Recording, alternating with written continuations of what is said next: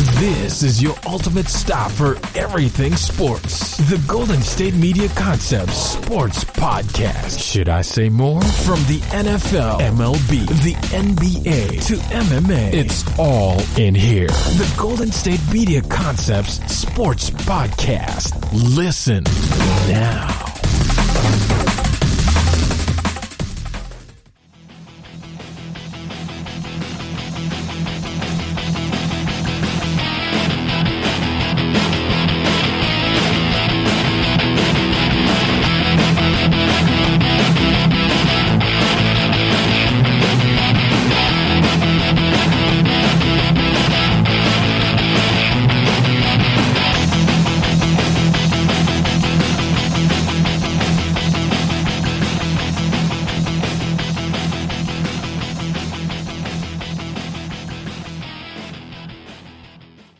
Are the Los Angeles Lakers, the defending champs, going to miss the NBA playoffs? Are they going to have to play in a play-in tournament just to make the real postseason? Ladies and gentlemen, we are 10 days away from finding out, and you are listening to the newest edition on a Sunday, the GSMC Sports Podcast. I'm your host, as always, Kayvon Izami. The GSMC Sports Podcast is brought to you by the GSMC Podcast Network. Thank you, everyone, for tuning in today. Wherever you are, however you're listening, and whenever you're listening, we really do appreciate you for making us a little bit of part of your day. Now, we've got a lot to break down today, so I'm going to get right into it as we start off the show, but we're going to be talking a lot of basketball as, again, the play-in tournament, the regular season, it is coming up. The regular season's coming to an end right before our eyes. We're 1 week away. The play-in tournament, I believe, is on the 18th. So that is a week from Tuesday. And then the regular season starts the regular postseason starts right after that.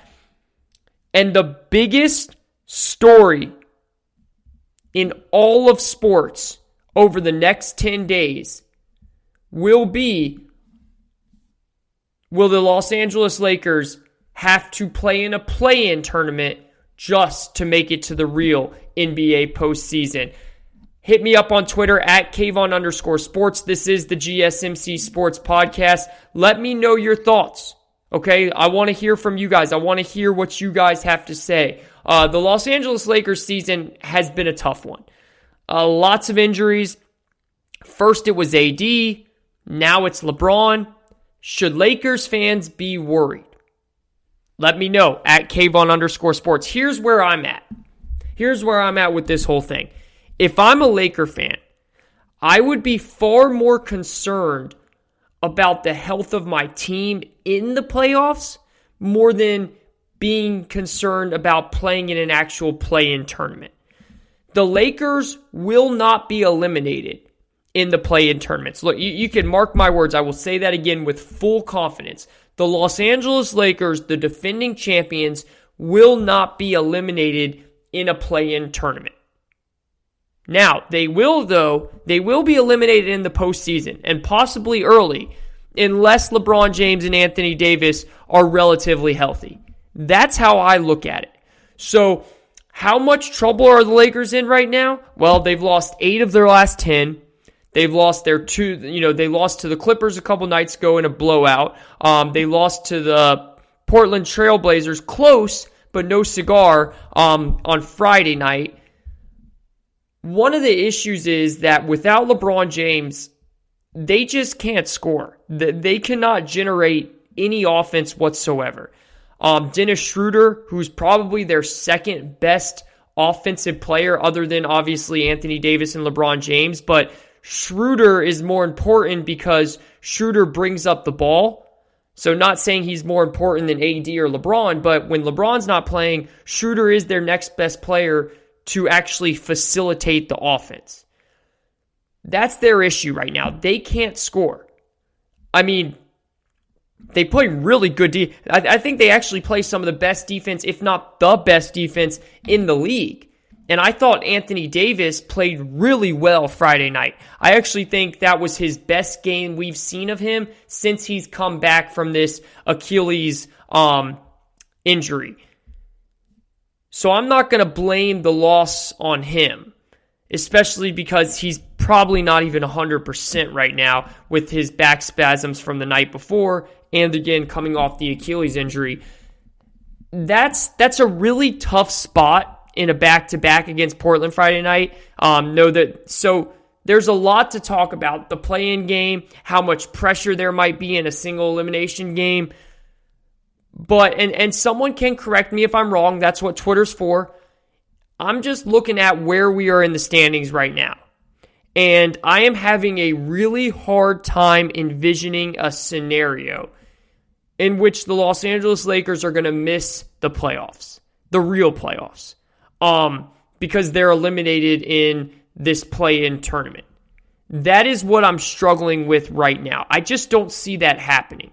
So let's look at this, how it is right now. Let's take a deeper look into this. If they're the 7th seed, which is what they are right now, they're going to play the 8th seed in the play-in tournament. Let's say it's Golden State. If everything ended today, it would be Golden State. All right. I can get the argument from some of you out there. Steph Curry in an elimination game gets red hot, goes for 40. You lose that game. I get that. That's if the Warriors are 8. Then the 9-10, especially with the Zion injury, the Pelicans are done. They have no shit. It was already going to be tough enough for them to catch the Spurs at that 10th spot. Now with Zion being out with the broken finger, they're done. So the 9-10 seeds are Memphis and San Antonio as we speak right now. Are the Lakers going to lose single elimination games to both the Warriors and then the winner of Memphis and San Antonio? I just have a really tough time seeing that happen, especially because, that's going to be that LeBron is going to be playing in those games. We're not talking about the Lakers that we saw on Friday night. If you're talking about those Lakers, then yeah, they could end up losing in the play-in tournament. No, we're talking about that LeBron's going to be playing in those games. I have a really tough time seeing them lose back-to-back elimination games like that. At Kayvon _ sports on Twitter. Are the Lakers in trouble? Give me your thoughts. Are you worried about the Los Angeles Lakers if they are playing in a play-in tournament? I want to hear from you. I want to hear from Lakers fans. I want to know what your emotions are right now. How are you feeling on this Sunday with 1 week left of the regular season? Time is running out. The thing about Lakers fans, it just kept being, they're going to get healthy. They're going to get healthy. Time is not on your side anymore. And Anthony Davis is really frustrating because you thought going into the season, they won the title in the bubble last year. LeBron, even though he remains this Iron Man, despite what's happened over the last 2 months, there was the feeling before this 72-game regular season started, all right, this was time for Anthony Davis to step forward. Like, this was going to be his season. This was going to be the moment for Anthony Davis to be able to step up, make a run for the MVP, become the best player on his team, especially in the regular season.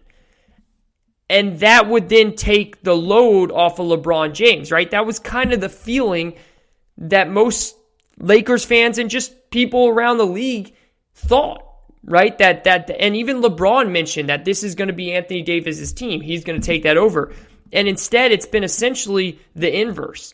And he watched the game like last night, and despite the fact that the Lakers lost, you see those great moments and those flashes of what makes Anthony Davis such a great player if and when he's healthy. I mean, the guy is unbelievable defensively. That game against the Nuggets a couple of nights ago, last week sometime, that last second defensive play, the block, was incredible. But it just feels like every time, and I know some of you guys think this as well, every time you watch Davis play, there's like 1 or 2 times a game where he's on the ground and he's clutching this and he's clutching that, and your heart just kind of stops, right? It's worrisome. Oh no, is he hurt again? Oh no, what happened now? You kind of get that moment a couple of times a game, and if I'm a Lakers fan, I am far more worried about just the health of LeBron James. And if he can make it through, 6 to 8 weeks of the postseason, throw in Anthony Davis there too, more than I am this play-in tournament. Is anybody actually concerned about the defending champs in the play-in tournament? At Kayvon_sports, you are listening to the GSMC Sports Podcast. What am I missing here? Yes, the Warriors. They could be a tough opponent in that first single elimination game because they're experienced. They've got a great head coach in Steve Kerr. Draymond Green is still there. And while they're not very good, again, it's the idea of Curry in a one-game do-or-die situation, right? Back to his Davidson days. Led the team all the way to the Elite Eight because he was just splashing threes and dropping 40 on everyone.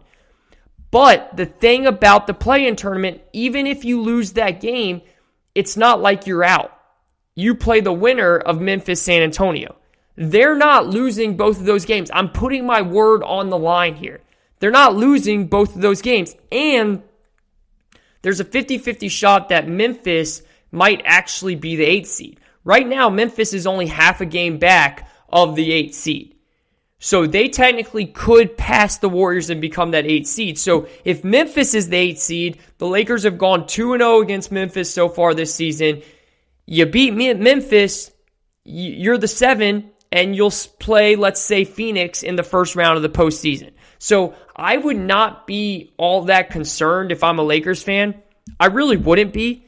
What I would be worried about is the Lakers are at a point in the calendar where they are banking on everything falling into place. Let's assume that my prediction is accurate and the Lakers are in the play-in game, which, by the way, would be must-watch television.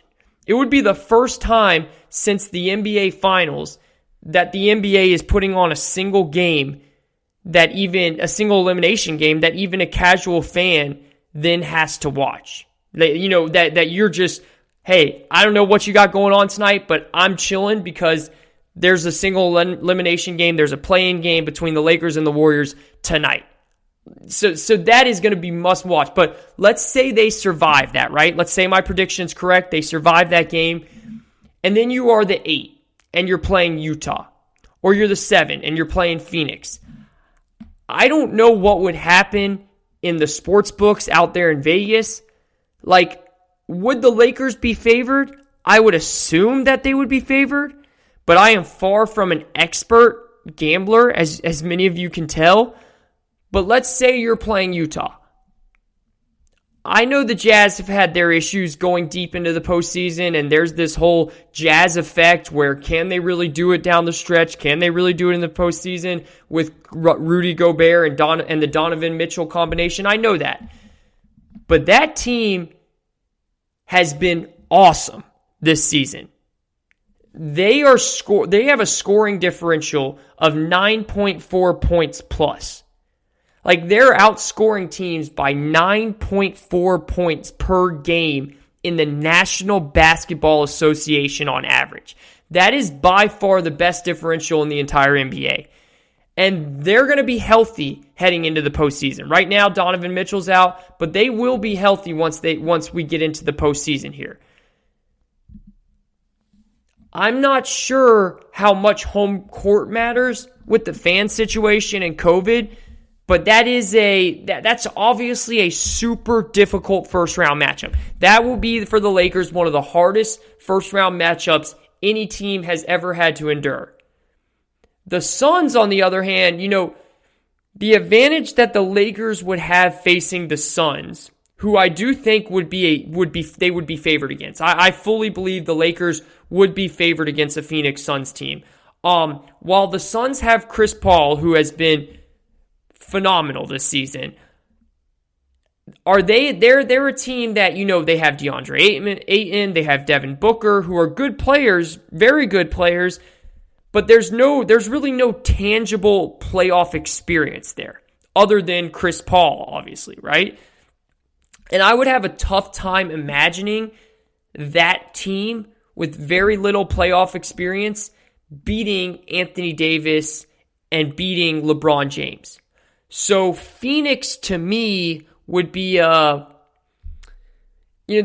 Suns feel to me like they have a higher ceiling than Utah, but the playoff experience for me is a big factor in the way I look at those series. Usually, I'll be honest, and those that have been listening to me for a while, usually playoff experience doesn't really do it for me. It's not that big of a deal for me. But in this situation, in this scenario, when you're going up against a LeBron James who has more playoff experience than 90% of the NBA combined, experience begins to matter in those situations to me. That's why I'm bringing up the experience factor. But the point is, because of those injuries and this side, because of the injuries and this slide, the realistic Lakers scenario here, they could end up as the 5 seed. That is possible. They could even end up as the 6 seed if they for somehow run the table from here on out. They could end up as the 5 or 6. We'll see. But the Lakers are right now staring down the barrel of a play-in tournament and then playing Utah and Phoenix, Utah or Phoenix in the first round. That's really the inevitable situation at this point. Now, what's also interesting is if they go ahead and win that series, then let's say they are in this, let's say they 1-8 matchup. Based on the way the standings are, Denver and Dallas being the 4 or 5, the Lakers would almost have an easier time in the second round because I don't believe in Denver or Dallas in the playoffs than they would have in the first round because Utah and Phoenix are two teams that I view as legitimate contenders to flat out win the Western Conference. Now, if Denver had Jamal Murray and everyone was healthy there, then that would be different. But I think Denver and Dallas are good teams, and I think that the Lakers almost would be getting a break in the second round if they could knock off the Jazz in the first round. I don't know. The more I think about this, the more I talk this through with you guys, the more I'm just not worried about the Lakers in the play-in tournament. The play-in tournament to me is meaningless for the Los Angeles Lakers.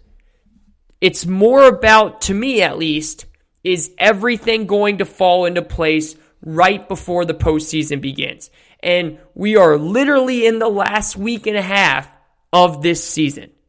I mean, I think the play-in tournament gets going on the 18th, if I'm not mistaken. So that's 10 days. That's 9-10 days from today. 9 days from today.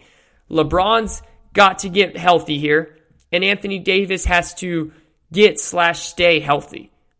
And there's still a chance that the Lakers avoid the play-in.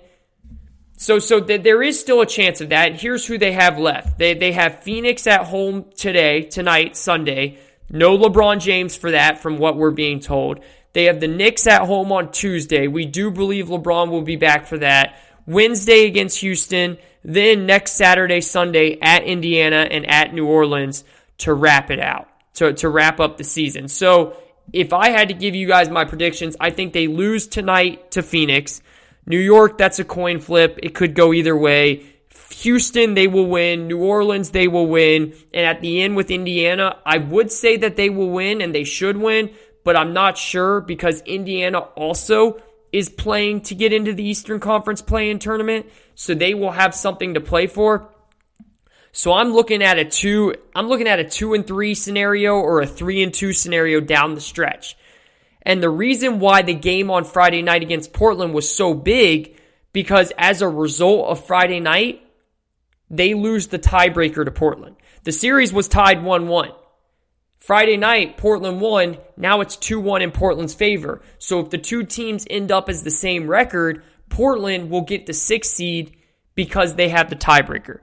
So we could see Portland end up as the number 6, or actually even, maybe the number 5. We shall see. That's the significance of the win on Friday night for Portland. The Lakers essentially running the table, going 4-1 or 5-0 over the next 8 days. Unless that happens, we're going to be seeing the defending champions in the play-in tournament by next Tuesday, May 18th. That's just how it is, and that's pretty wild to think about, but boy, is that must-watch television for the Los Angeles Lakers. This is the GSMC Sports Podcast. I'm your host, Kayvon Izami.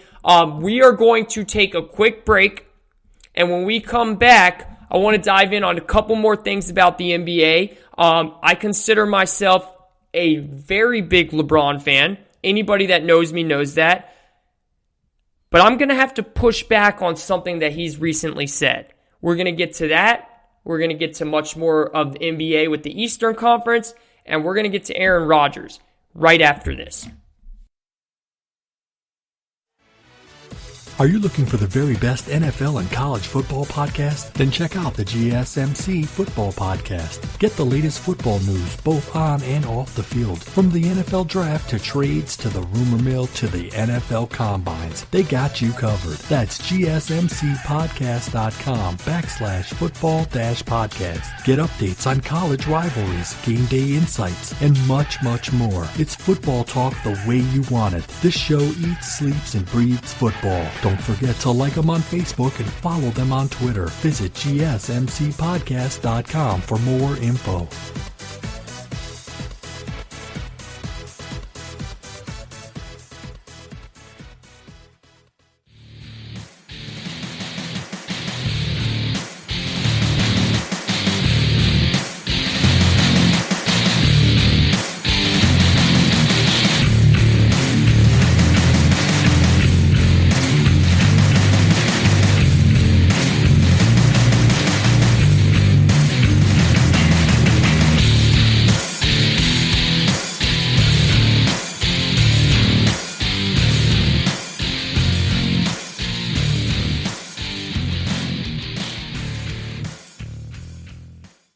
Are the defending champions headed to the play-in tournament? If so, are they in trouble? Lakers fans, I know there's a lot of you. I know there's a millions of you out there. How are we feeling on this Sunday, Monday, Tuesday, whenever you're listening to the show? Are you guys worried as we come down the final stretch of this short 72-game NBA regular season? There's not much time left. Can they right the ship? Are you worried about the play-in tournament, or are you just worried about them getting healthy? This is the GSMC Sports Podcast. I'm your host, Kayvon Izami. I hope everyone's having a lovely day. It's beautiful here in Raleigh, North Carolina. Wherever you are, however you're listening, thank you for tuning in. I hope you're enjoying it. I hope you're having fun. Hope you're outside doing your thing, doing some yard work while you listen to us. And what a last week of the NBA regular season it's going to be. You know, we just talked about in the first segment how if I'm a Lakers fan, I'm really not worried. I'm not worried about a play-in game. I'm sorry. Is that wrong? I'm not worried. This is no disrespect to the San Antonio Spurs. This is no disrespect to the Memphis Grizzlies and Ja Morant. This is no disrespect to Steph Curry, who's been absolutely unbelievable this season, and the Warriors. This is all about the team that the Lakers are. Ladies and gentlemen, this team was one game out of first place. This team was one game out of having the best record in the entire NBA 3 months into the season. Then LeBron James went down and everything went down from there. But this team was playing fine. They were playing fine even without Anthony Davis. If this team is healthy, I'm not worried about a play-in tournament. I'm not worried. Maybe they lose the first game. I'd be shocked. But if they do, you think they're going to then lose the second one too? I just don't see it. I just don't see it. And being in the play-in tournament might actually not be the worst thing for this team. It builds urgency, and it builds urgency quick. One thing that we've seen with LeBron James teams, sometimes they like to start a little slow in the playoffs. Sometimes they know that they're so good, they've got LeBron James, they can ramp it up at any time. This might bring in a little bit more urgency a little quicker than we usually see. Also, it could give them a path to the finals that is easier if they say we're the 6th seed. If they end up the 6th seed, they're going to be playing the Los Angeles Clippers in the first round. I don't know if you want that matchup. Coming back from trying to get healthy, and the first 7-game series you have to go to is against the Clippers, your hometown quote-unquote rival, even though it's not a rival because the Lakers are the Lakers and the Clippers are frankly the Clippers. But still, that's a very talented team over there in LA. That's an aggressive team. They've got Rondo now. That is going to be a very tough first matchup for a team that's trying to get their legs under them.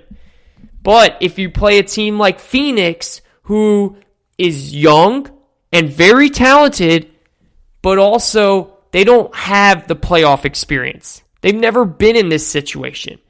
They're new to this. They're excited that they're even there. They're excited that they're had such a great season. Now, of course, they've had such a good season that the expectations are bigger, and they believe that they can do more. And look, they're good enough to beat the Lakers. But that's a team where you can get your legs out from under you. You can really get, who cares if you go to a 7-game series with them? It's a series that you feel more comfortable in rather than jumping right into the pool of sharks with the Clippers. This is the GSMC Sports Podcast. I am your host, Kayvon Izami. I'm not worried about the play-in tournament for the Los Angeles Lakers. How do you guys feel? At Kayvon_sports. Let me know your thoughts. Are you guys worried? Lakers fans out there, do you think if the Lakers are in the play-in tournament, they should be worried? Do you think they really have a legit chance of being bounced in the play-in tournament? I don't. And then not even Lakers fans. Who do you want to see them play? If you could pick and you could set the Lakers up with a play-in tournament game, who are you picking? Are you picking the Warriors? You picking the Grizzlies? You picking the Spurs? And who are you picking in the first round? Are you picking Utah? Or would you rather see an LA versus LA matchup in the first round? Or are you like me and you want to see that in the conference finals? Let me know your thoughts. I'll respond to them as always. Now, those that have been listening to me for a long time, look, they know I'm a LeBron guy. LeBron James, I'm a huge LeBron fan. I've backed him up on many occasions. I think he's the best player ever. I think he's the greatest basketball player to ever play. But I did not like what he said last week. I got to push back on this. He said last week how whoever came up with the play-in tournament needs to be fired.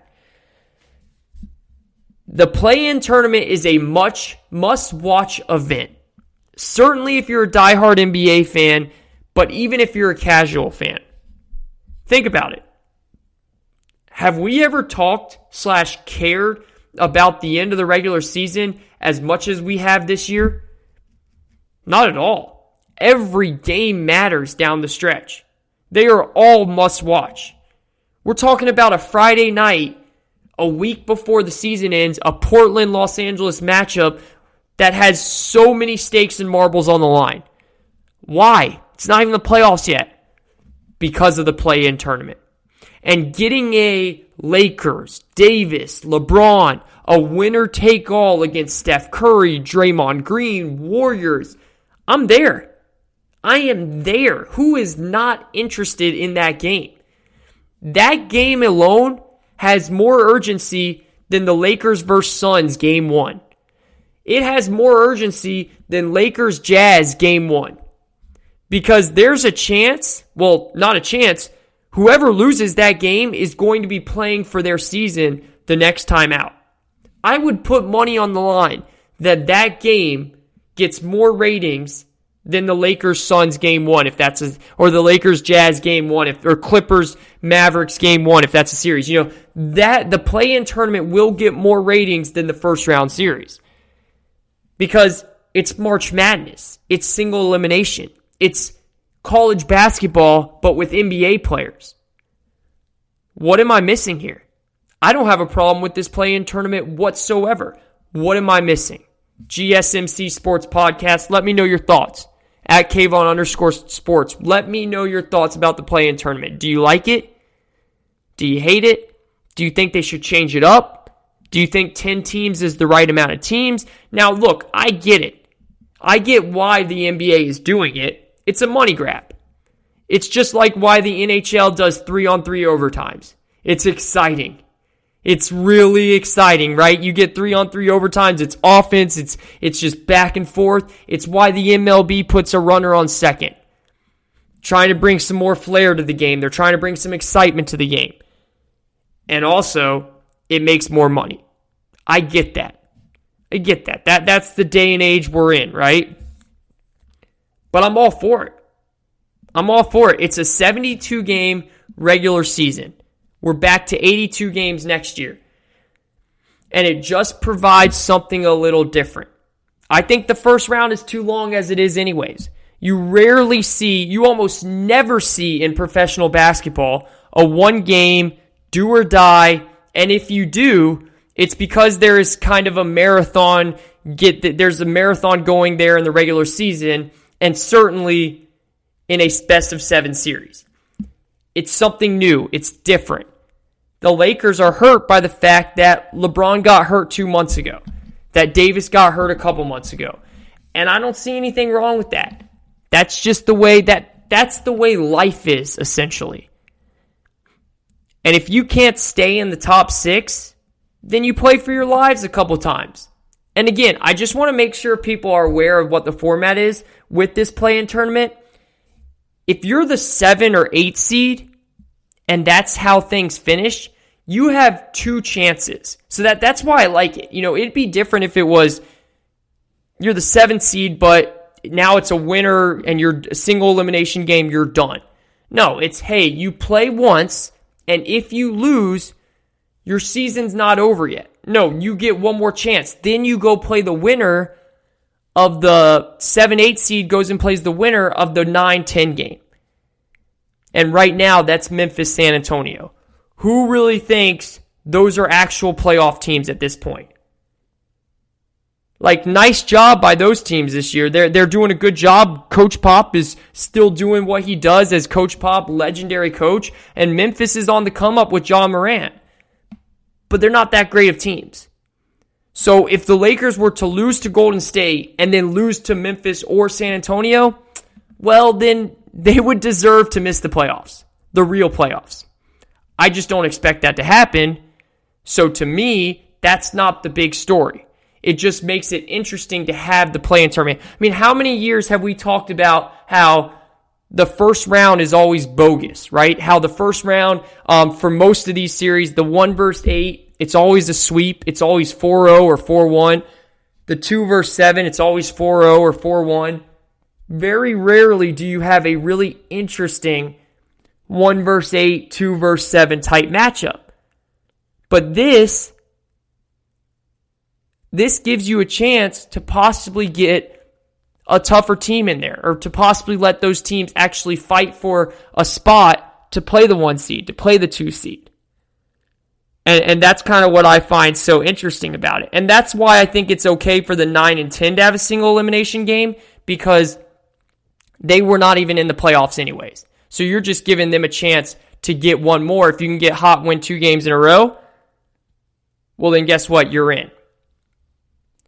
Now, one thing I wonder about the Lakers, and I actually would put Brooklyn Nets into this mix as well, because they're kind of in the same similar category. You have 2 teams that are the 2 title favorites. Brooklyn and Los Angeles Lakers are the 2 top favorites by Vegas to win the whole thing. And they're both really relying on a whole heck of a lot to fall directly into place right as the postseason is beginning. With the Nets, that's James Harden, who's been out for a couple months now with the hamstring injury. And with the Lakers, that is Anthony Davis. But more importantly, it's LeBron James. And the Lakers aren't as deep as Brooklyn is.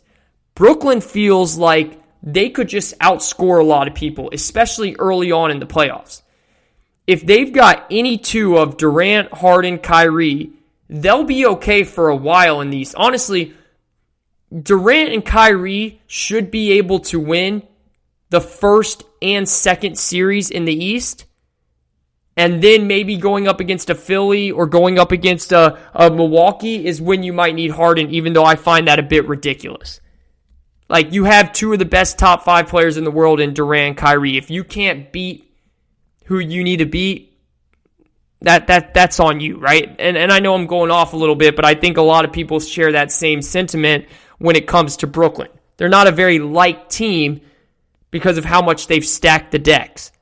The Lakers in the West, though, they need Anthony Davis and LeBron James. They're not deep enough to survive without these guys. I actually would go so far to say, and people are going to say I'm crazy, I think they need Dennis Schroeder as well. Dennis Schroeder's been out for 10 to 14 days, or he's going to be out for 10 to 14 days because of COVID protocols. Now, he should be back in time for the play-in tournament, but I would suggest if they don't have Dennis Schroeder for the first round against the Suns or Jazz, they're in trouble because he's their second greatest facilitator. See, that's the thing with the Lakers. The Lakers will be the best or the second best defensive team in the entire league. That's what they've been all season. Even with LeBron and AD out, they have still been one of the best defensive teams in the league because that's their coach Frank Vogel's calling card. And that's what they do well. But they need offense. And LeBron's going to bring some great offense, and AD's going to bring some great offense. But they need more than that too. And Dennis Schroeder is their Rondo this year. You remember how impactful Rondo was in the postseason in the bubble? When LeBron needed a rest, Rondo ran the court. When AD needed a rest, Rondo was running the court. That's what Dennis Schroeder is their Rondo this year. And I know they've got Alex Caruso, they've got Town Horton Tucker. Good players, not good enough to take you far in the playoffs. Not good enough at all to take you far in the playoffs.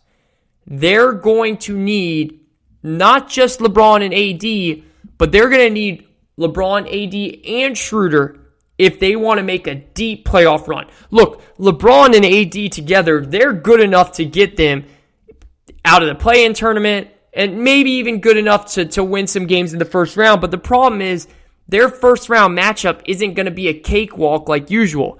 They're going to be playing one of the best teams in the entire league, whether it's the Suns or the Jazz.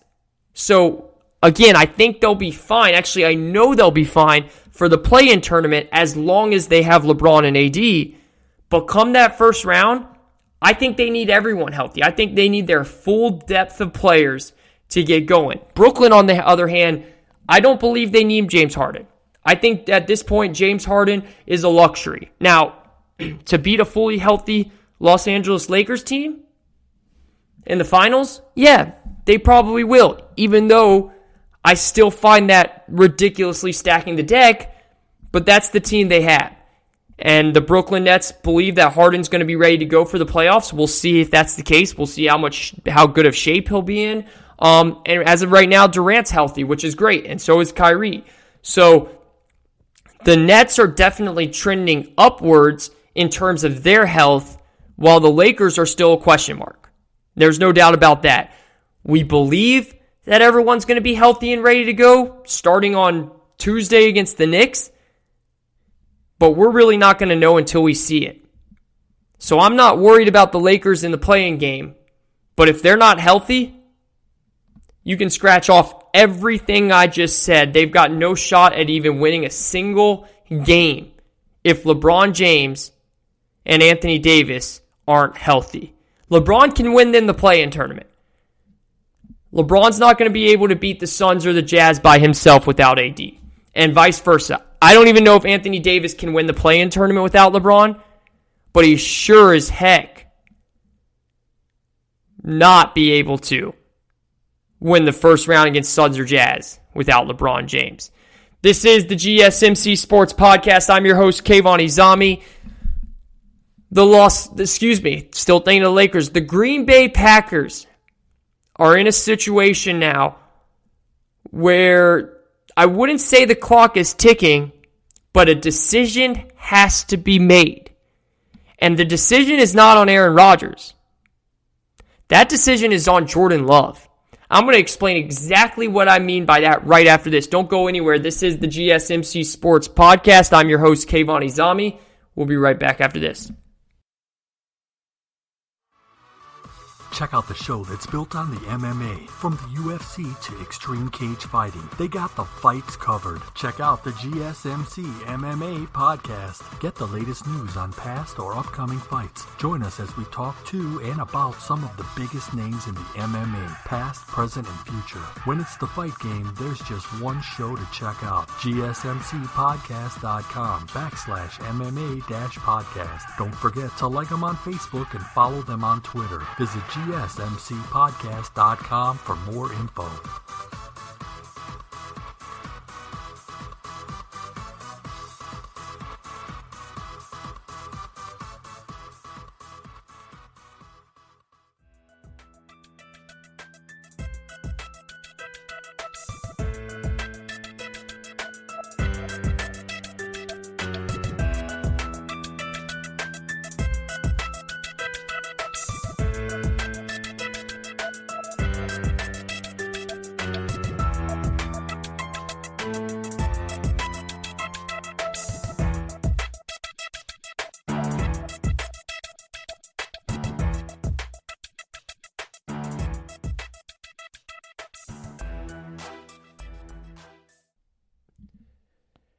You are listening to the GSMC Sports Podcast. I'm your host, Kayvon. The GSMC Sports Podcast is brought to you by the GSMC Podcast Network. What a day, what a show so far. Thank you, everyone, for tuning in as we're 2 segments in, heading into segment number 3. And told you guys we're going to start this next segment here with some Aaron Rodgers talk. And we're going to get into that actually in segment number 4, because I do want to mix something else here with the NFL. And, you know, we're now 10 days after the first round of the NFL draft. So 10 days have gone by since the first round of the NFL draft has happened. We're now a week gone from the whole draft being done. Now, as we're kind of settling in to figure out what these teams are going to look like come training camp.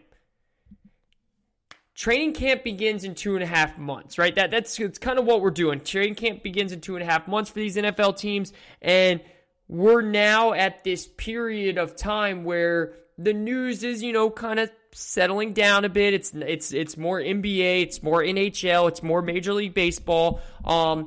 But things will pick back up once we get towards training camp. The NFL schedule comes out on Wednesday, so that obviously will be something that picks up as well when we find out the schedule. But this is the time where we kind of examine these teams, right? Examine how good these teams are going to be, give our predictions. So I pose this question to you guys out there, and reach out to me on Twitter for your answers. I want to hear all of them at Kayvon_sports. Which rookie quarterbacks can have the best season this year? Not the best career, not the best seasons 10 years from now.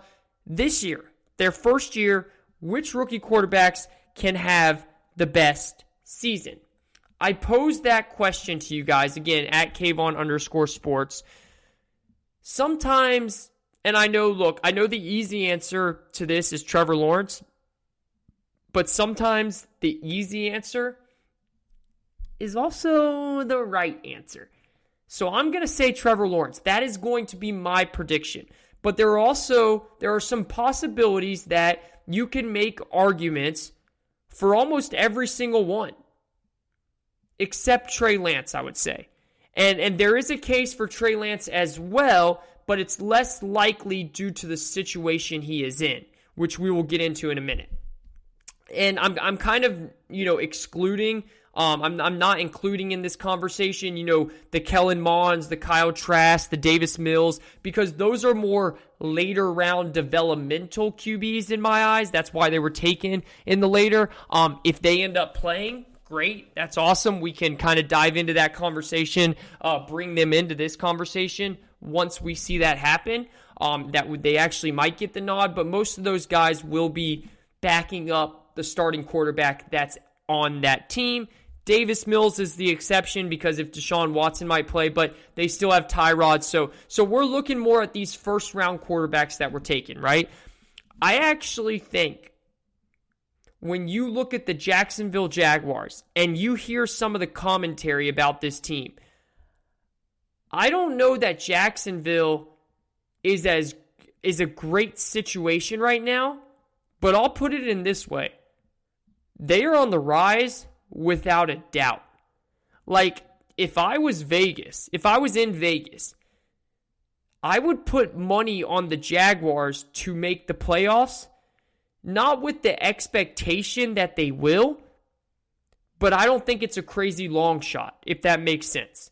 I think it is feasible. I think it is possible for Jacksonville to come out in Trevor Lawrence's first year and make the playoffs. And this is why. Let's take a look at their division. Houston is going to be the worst team in the league. They were 4-12 with Deshaun Watson last year, and that's with Deshaun Watson. In all likelihood, they won't have him this year. They will be the worst team in the entire league, and mark my words. Maybe Detroit will fight them on that. We'll see. So you've got them out. You've got the Titans trying to rebuild their defense. Their defense was atrocious last year. They did pick up some key players. They got Caleb Farley, the cornerback out of Virginia Tech. He has some injury concerns, though. They lost Corey Davis on the offensive end. They lost Jonnu Smith. And more importantly, in my opinion, they lost Arthur Smith, the offensive coordinator, who was a terrific play caller for them and had a big part in the revitalization of Ryan Tannehill's career. They'll still be a good team, but I need to see how they perform after losing all of those pieces. I need to see who calls the plays. I need to see how Tannehill performs under them. They still have Derrick Henry. They still have A.J. Brown, who is a beast. But there's still a lot more that this team lost a lot more than they gained, so I see them taking a step back. Now, the Colts are interesting. The Colts are a very good team, in my opinion. The Colts are actually one of those teams where I think if everything breaks right in the right direction, they could possibly win the AFC. That's how stacked this roster is. But they're also a team that is banking on Carson Wentz to not be one of the worst quarterbacks in the league, which is what he was last year. Now, I'm a believer in Carson Wentz. Everyone that knows me knows I believe in him. I think he's got raw talent. I think he was in a terrible situation, and I think Philly really screwed him up, and they didn't help him out. So I believe Wentz will come back to being a great player, playing with a great O-line, some good weapons, a great run game in Jonathan Taylor, and teaming back up with Frank Wright.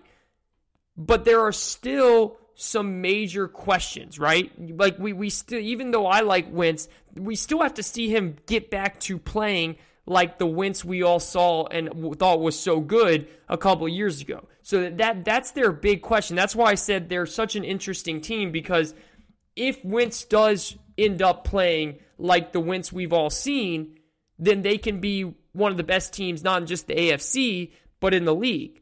But if he doesn't, they're not going to be that good. So that's a question mark there, right? So for Jacksonville, the division is odd enough. And remember, there's one extra playoff spot this year too. It's not just 6 teams, it's 7 teams. It would not be crazy to me if Jacksonville went on somewhat of a run. And remember, the Colts, when they got Andrew Luck, and the reason I bring up Luck, he is the prospect that everyone is comparing Trevor Lawrence to, and has been that's been the best. Everyone says the best prospect since Andrew Luck's come out, and that's kind of what you're hearing. Well, Andrew Luck's first year with the Colts in 2012, he took them to the playoffs as a rookie starting quarterback. So specifically looking at what Lawrence has to work with, I think they've got good weapons. Look, just because it's Jacksonville, you kind of overlook this, but they have some sneaky good weapons. Laviska Shenault is a good gadget-type player that they got from Colorado last year. They drafted. Marvin Jones is fine. I mean, he's been someone who can go up and get the ball. He has always been a steady receiver in this league. He brings a nice deep threat to the scene, and he's also one of those receivers that's great for a rookie quarterback because he can bail out Lawrence if need be. Like, Lawrence, just throw it up. I'll catch it. I'll do something with it. They've got DJ Shark, who I think is a very talented guy. I think he is talented enough to be a wide receiver 1 in this league if healthy. So they have legitimate weapons for Lawrence to work with. And then you have the guys in the backfield, right? Even though I don't love the pick of Travis Etienne, and it's not because I don't love Travis Etienne, I just think that was sort of a luxury selection for Jacksonville with that second first-round pick, but he is a really good player. And now that the pick has already been made, Trevor Lawrence has what seems to be like a really talented backfield between James Robinson and a player in Travis Etienne who he's played his entire college career with. So he's familiar with him. He knows he can dump the ball off to him if he's in trouble. He knows him well with his running gaps. And Urban Meyer came out and said they're planning on using Etienne as kind of like a Percy Harvin figure. I don't know if I'm quite 100% buying into that. But maybe that's a viable option. We'll see. I think Etienne's good enough to be a every down running back. Well, I mean, we'll see. He certainly has great speed, great cutting ability. So we'll see. But overall, Lawrence is the absolute safe bet to be the best out of these rookie quarterbacks, especially his rookie year. When I look at the others, I expect Zach Wilson to start right away because the Jets, frankly, they don't even really have another viable quarterback. I mean, they actually don't have another quarterback on the roster. They got to go sign a veteran. So Zach Wilson, like Mark Sanchez, like Sam Darnold before him, he is going to be a first-year starter for the Jets. And the weapons are improving. They're improving. Say what you will about Zach Wilson and some of the questions about him being the shoe-in selection at number 2. Was he the right pick? The Jets, unlike with Sam Darnold, have invested a lot around Wilson. They signed Corey Davis. They bring back Denzel Mims, who I really liked out of Baylor. They drafted Elijah Moore, who I thought should have gone in the first round, and they got him in the second. Joe Douglas has done a really good job with this roster. I actually think 1 through 5, if they keep all these guys, Davis Mims, Jamison Crowder, Elijah Moore, Keenan Cole, and of course, can't forget about my guy Braxton Berrios, who had a pretty good year last year as well with Sam Darnold and Joe Flacco under helm. That to me is a legitimate receiving core. Now we're actually talking about NFL receivers here. I think that can be pretty good. Offensive line is a work in progress, but they've got Mekhi Becton, who is going to be a star, and they drafted Elijah Vera Tucker, who they absolutely love. They really like him. The running game, they drafted Michael Brown out of UNC with the 4th overall pick. I like him. I don't know how effective he'll be as a rookie, but I do like him. So the idea is if those guys are good on the left, and with the offensive line, when it's a work in progress, they've got Mekhi Becton, they've got Elijah Vera Tucker. The idea is if those guys are good on the left side, that they make everybody else in turn a little bit better, kind of like a domino effect. And that does actually happen with offensive line play, which is good. So maybe that will happen. Zach Wilson's issue is going to be the Jets are still the worst team in the division, and probably by a good amount. And between the Bills, the Patriots, and the Dolphins, he's going to have to face, in 6 games, some really tough defenses and some really good coaches. All of the coaches, the Bills, Sean McDermott, Brian Flores, Bill Belichick, those are some of the best coaches in the league.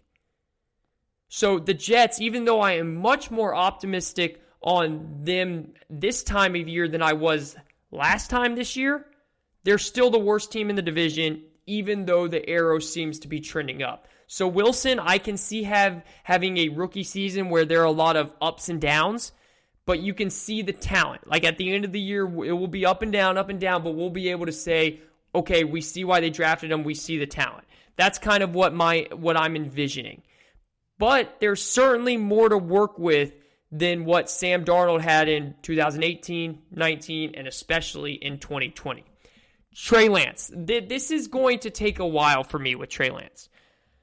I enjoyed the Jimmy G media tour on Monday and Tuesday this week where he went around to basically every show out there and kind of gave his perspective on things, and he was a true pro about all of it. He was saying the right things.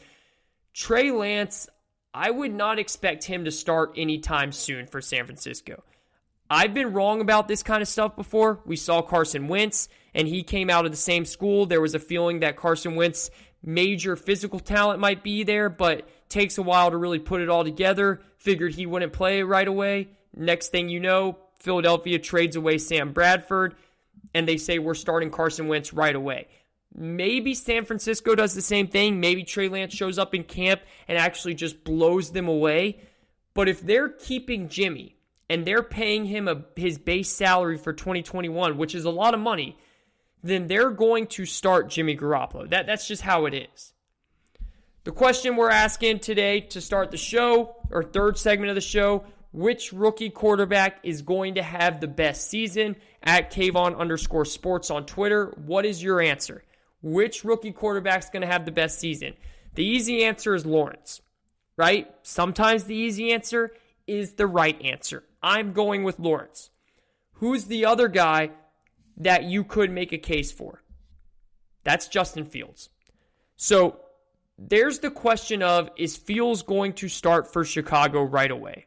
It's a very interesting dynamic in that I imagine when you go to training camp and you line up Andy Dalton, Nick Foles, and Justin Fields, you would figure that Fields is going to stand out so much with his physical attributes like his arm, his strength, his size, his mobility, that he's going to be a really enticing player for them to play as early as possible.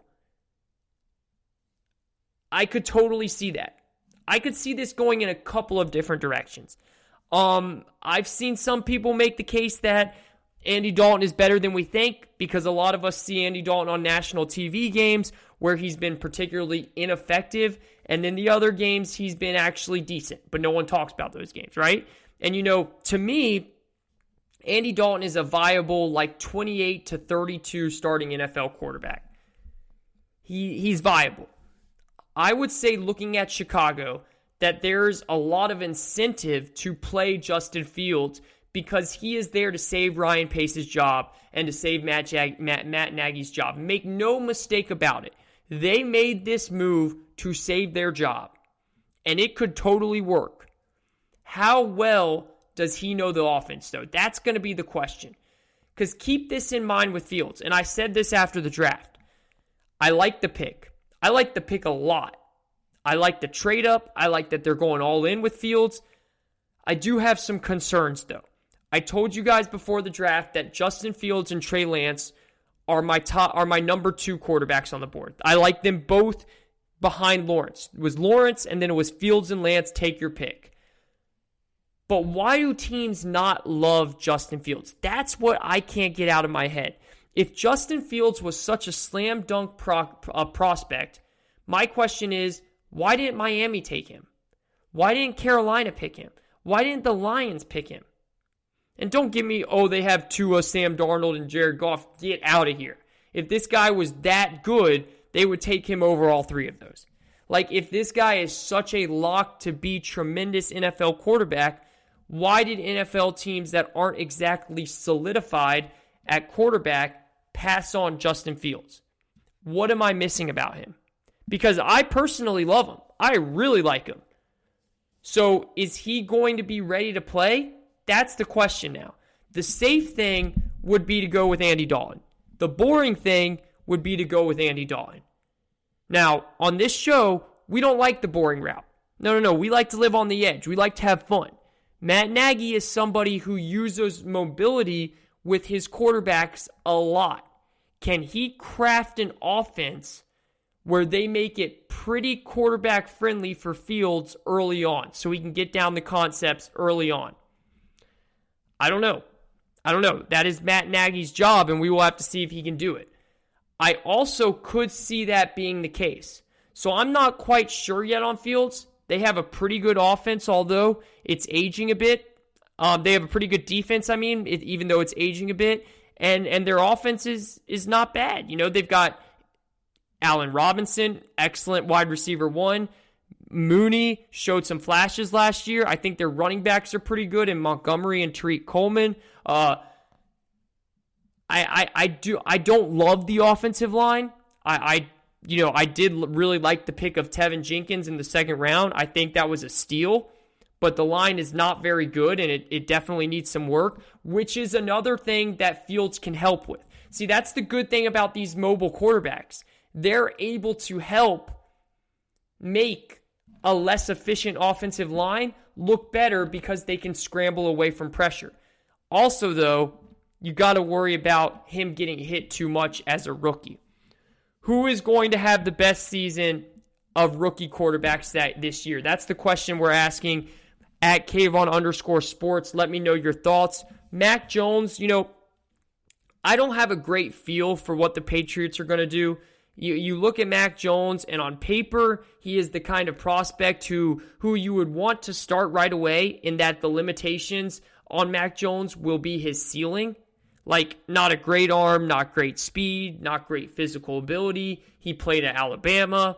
He started the entire season. He's the kind of prospect that if you're going to pick him, then you may as well start him right away, in that he should be theoretically pro-ready. And the question will be, is he any good? I mean, and if he is good, what is the upside? I know that sounds so blunt, but what's the ceiling on Mac Jones? That's the question. I just don't have a great feeling on how and what Belichick is thinking. They're always publicly supporting Cam Newton. Do they actually buy into the idea that Cam was not very good last year because of the pandemic and because he actually got COVID-19 during the season? I don't know. I have to admit, I have zero feel for what the Patriots are thinking and if they're going to start Mac Jones. I do think he has a chance, but if I had to bet on it, I think Cam Newton ends up the starter to start the season. This is the GSMC Sports Podcast. I'm your host, Kayvon Izami. I'm going to go with Lawrence as the rookie quarterback to have the best season. You could make a case for pretty much anyone except Trey Lance. Now, let me be clear about this. I'm not saying that I think Trey Lance is bad. I actually think if Trey Lance plays, then you could make a great case for him. I think you could actually make the second best case behind Lawrence, because Lance is actually in the best position out of all quarterbacks in terms of roster and coaching. The 49ers have a Super Bowl caliber roster, and they have one of the best, if not the best, offensive play callers in the entire game. I just don't have the sense that Lance is going to play right away, because the financial incentives, the money part would indicate that if the 49ers were going to start Lance early, they would have had traded Jimmy Garoppolo, or they're going to be trading him soon. Because why would you pay Garoppolo $25 million to sit on the bench? It just doesn't make any financial sense.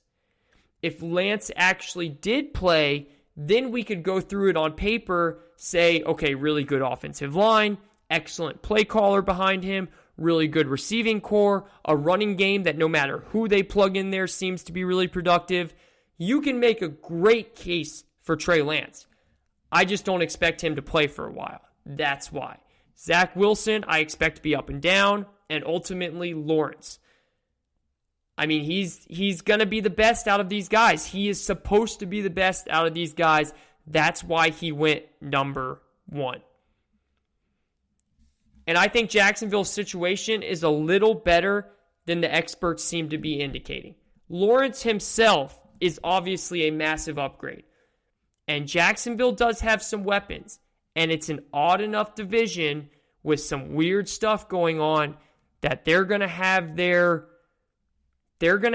opportunities to win some games.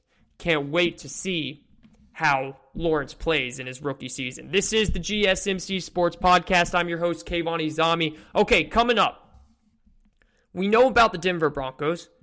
We also know about the Las Vegas Raiders. If Aaron Rodgers actually gets traded, who else should be in the mix other than those two teams? Because I've got one team that I don't think anybody is talking about, and I'm not really sure why. We'll talk about that next, plus why the Packers need to look more about trading Jordan Love. We'll be right back after this. Are you looking for help for your fantasy football team? Check out the GSMC Fantasy Football Podcast. Get today's best advice on who to start, who to sit, even who you should draft. From sleeper picks to red-hot lineups, they got it all covered for you. That's gsmcpodcast.com/fantasy-football-podcast. We'll cover traditional leagues, dynasty, PPR, even IDP leagues. When you need fantasy help, there's just one show to hit up. Don't forget to like them on Facebook and follow them on Twitter. Visit gsmcpodcast.com for more info.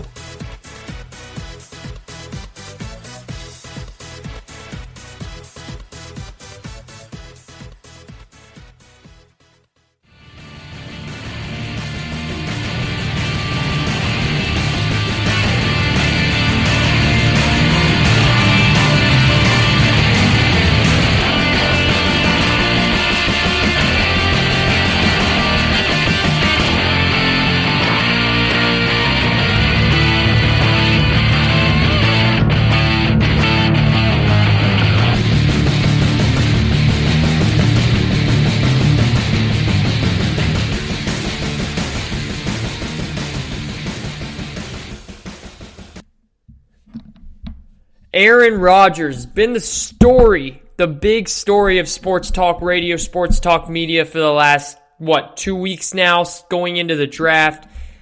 And it's just heating up from here, but things are starting to get interesting.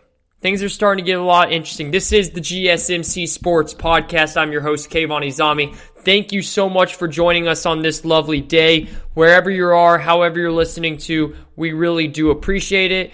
Reach out to us on Twitter at Kayvon_sports, company page at GSMC_sports. Let us know your thoughts on the show, everything we've talked about so far. Are you guys worried about the Lakers? When do you think they'll get bounced out? Do you think they still could win the championship? Which rookie QB is likely to have the most success? You going to go out on the limb? Take someone other than Lawrence? Let me know at Kayvon_sports. Now, with Aaron Rodgers, it's interesting. And I said this a couple days ago. So the funniest thing about I don't even know if I would call it funny, but I thought it was sort of, it was a coincidence, right? You could say it was a funny coincidence that a year earlier, the Green Bay Packers humiliated Aaron Rodgers by drafting Jordan Love in the first round without consulting about it, right? That was not this past year, but the year before that.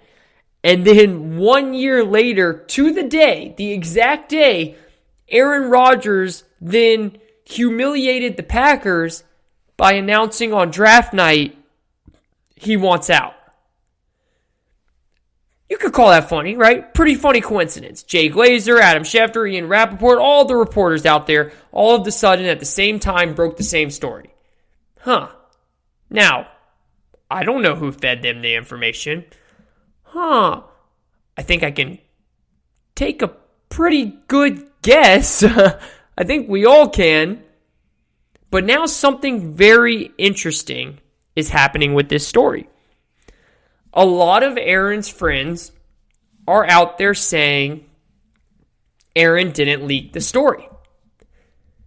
This is what Aaron's former teammate, James Jones, everyone remembers James Jones. Honestly, James Jones was legendary for rocking the hoodie under his jersey, right? Which, by the way, I don't really know why that hasn't caught on and more people have done that, but that's how I remember James Jones as. Now, this is Aaron's former teammate, James Jones, talking about Aaron on the NFL Network. Take a listen. I speak with Aaron all the time. I talk to him a lot, and it has nothing to do about getting the GM fired. It has nothing to do about getting a new contract and getting money.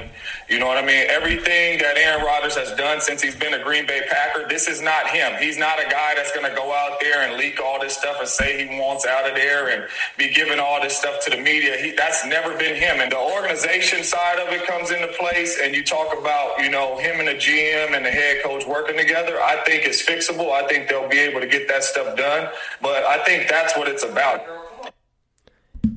Okay, and that's really important. You heard that, right? James Jones, who talks to Aaron Rodgers all the time, just said he thinks it's fixable.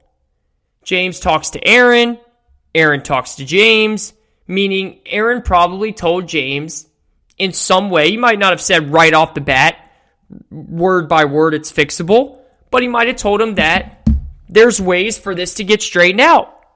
Or maybe James feels that by having conversations with him. There's many ways that James Jones could have gotten this information from Aaron. Didn't have to be directly said to him.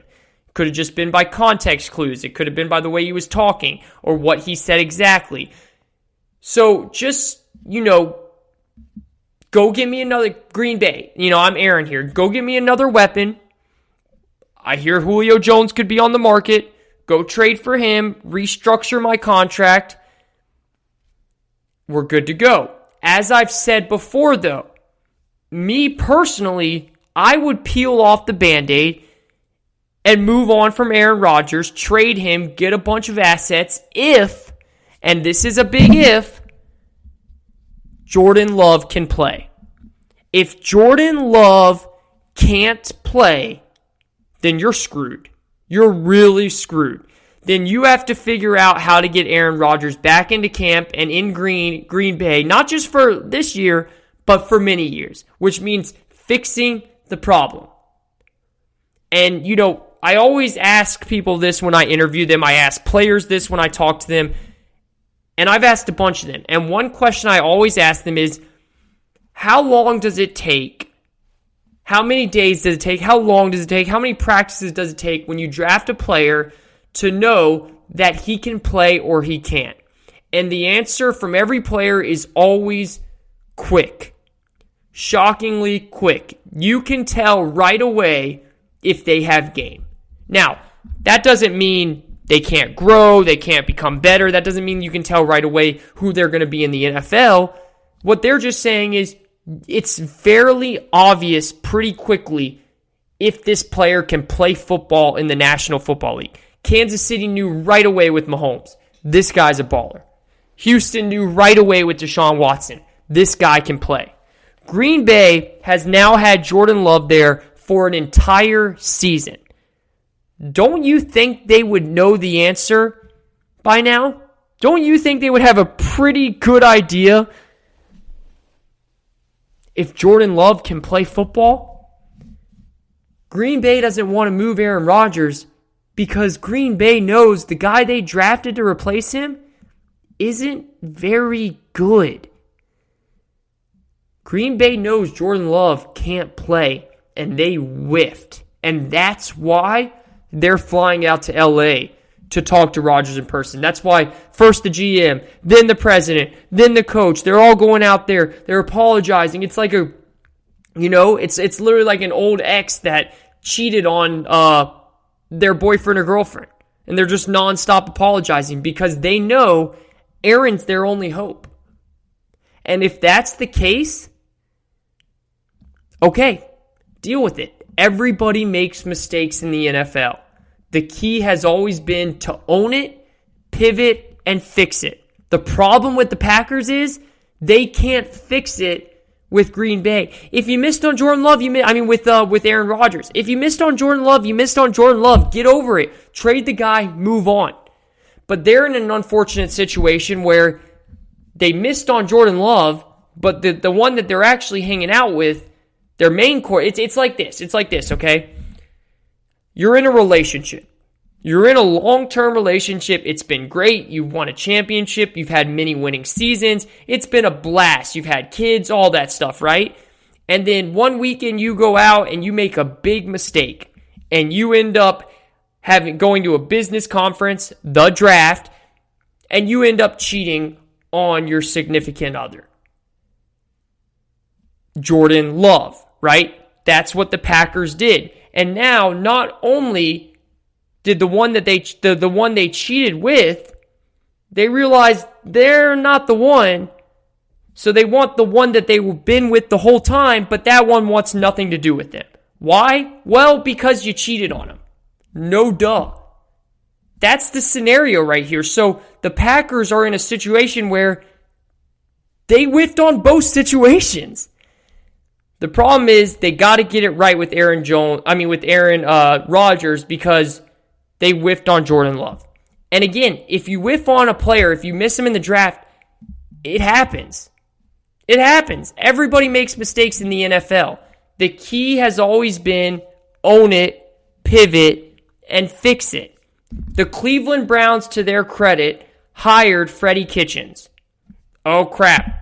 Like, this guy cannot coach. They knew right away that this guy can't coach. What did they do? They fired him.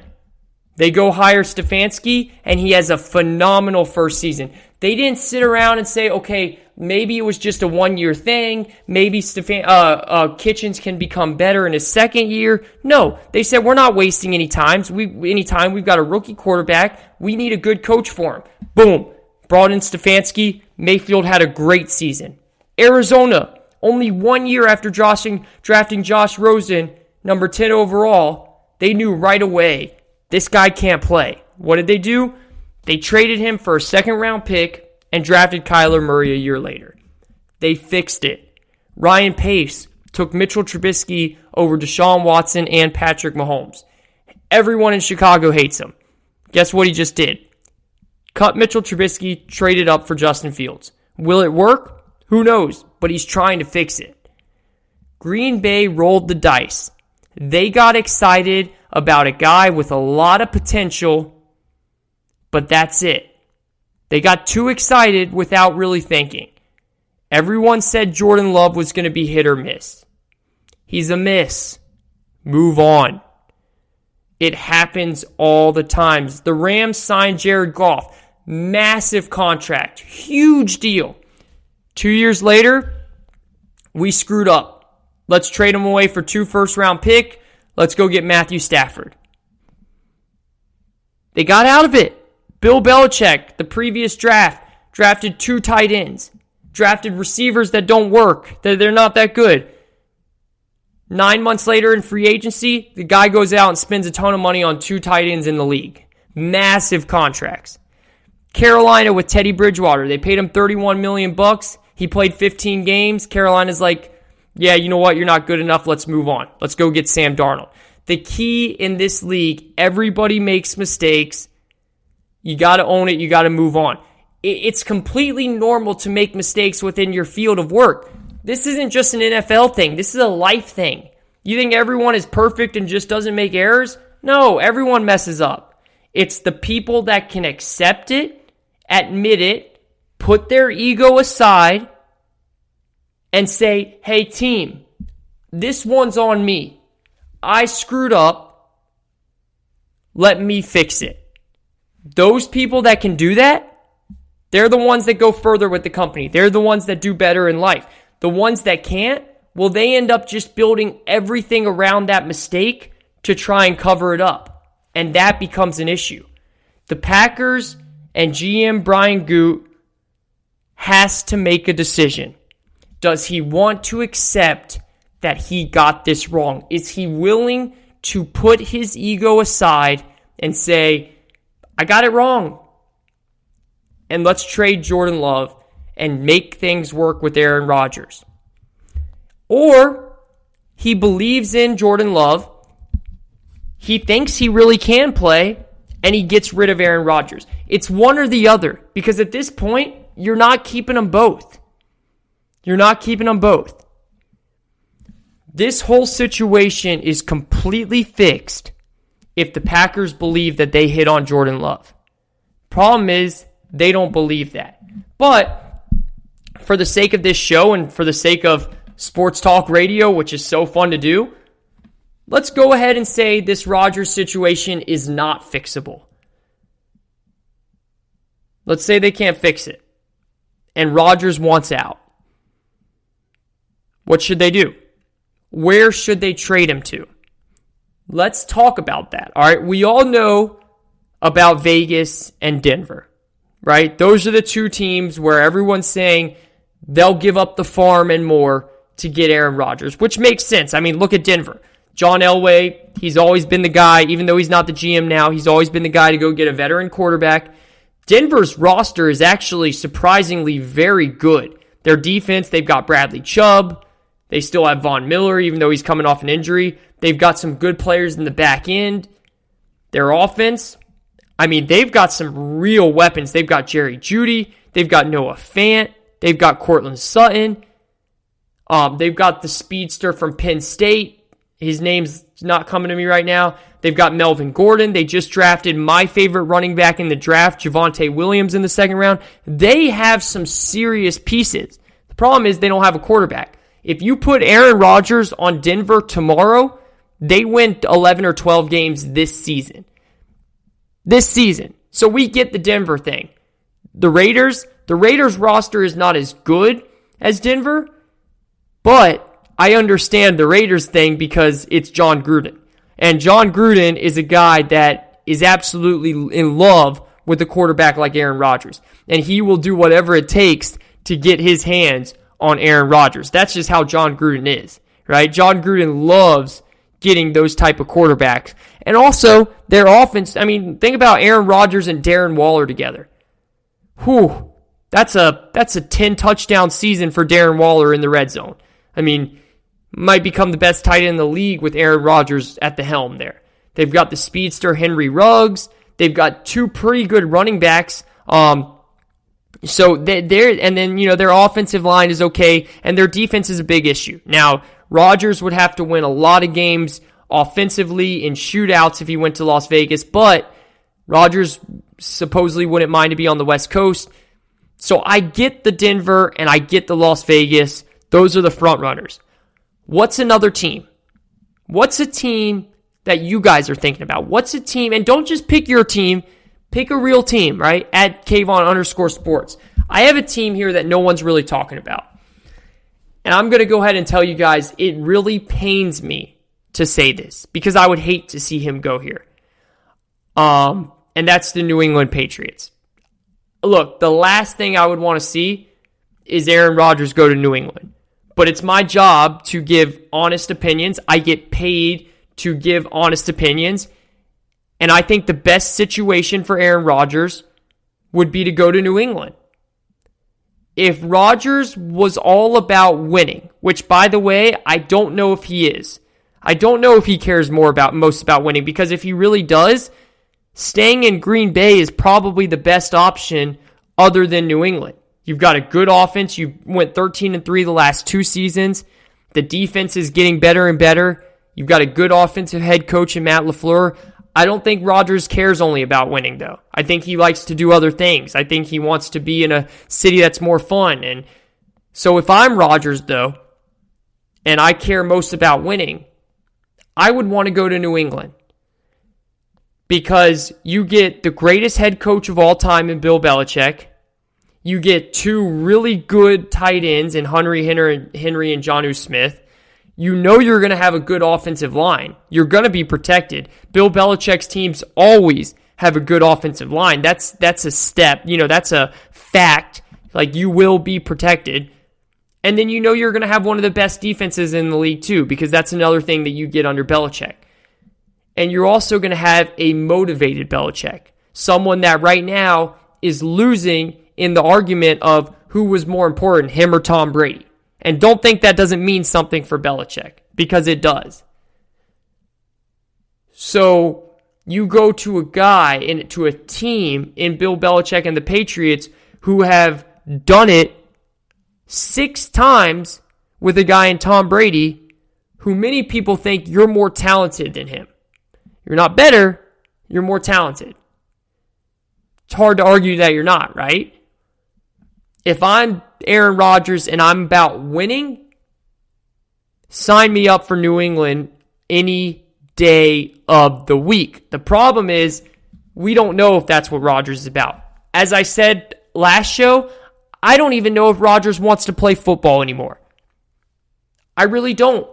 I think that this could be a reason and a way for Rodgers to finally see his way out, and he goes for it. So instead he throws things out about Jordan Love and this and that, and he's pissed off about the management, when really he sees that he's really good at Jeopardy. He just married a beautiful actress who does not like to live in Green Bay.